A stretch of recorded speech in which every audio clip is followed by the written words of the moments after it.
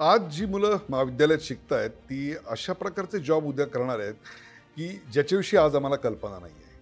ज्या तंत्रज्ञानावर ते उद्या काम करतील, ते तंत्रज्ञान अस्तित्वात असू शकतं, याचा साधा पुसटसा अंदाज देखील आपल्याला नाही आहे. आज वेब कंटेंट क्रिएटर्स ही एक फार मोठी जमात आणि फार मोठ्या रोजगाराच्या संधी यात उपलब्ध आहेत. पण 20 वर्षापूर्वी अशा प्रकारचं तंत्रज्ञान असतं आणि कम्युनिकेशनसाठी त्याचा उत्तम वापर होऊ शकतो याचा विचार देखील झालेला नव्हता. हे तंत्रज्ञान विकसित व्हायचं, जनसामान्यांपर्यंत पोहोचायचा जो वेग आहे ना, त्यातला बदल लक्षणीय आहे.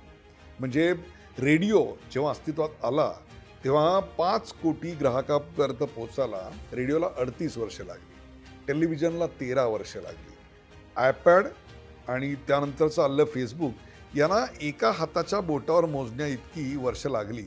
तर त्यानंतरच्या ट्विटरला तेवढ्याच ग्राहकांपर्यंत पोहोचायला एका हाताच्या बोटावर मोजण्या इतके महिने लागले. तर त्यानंतरचं येणारं तंत्रज्ञान कदाचित काही तासात पोहोचलेलं असेल.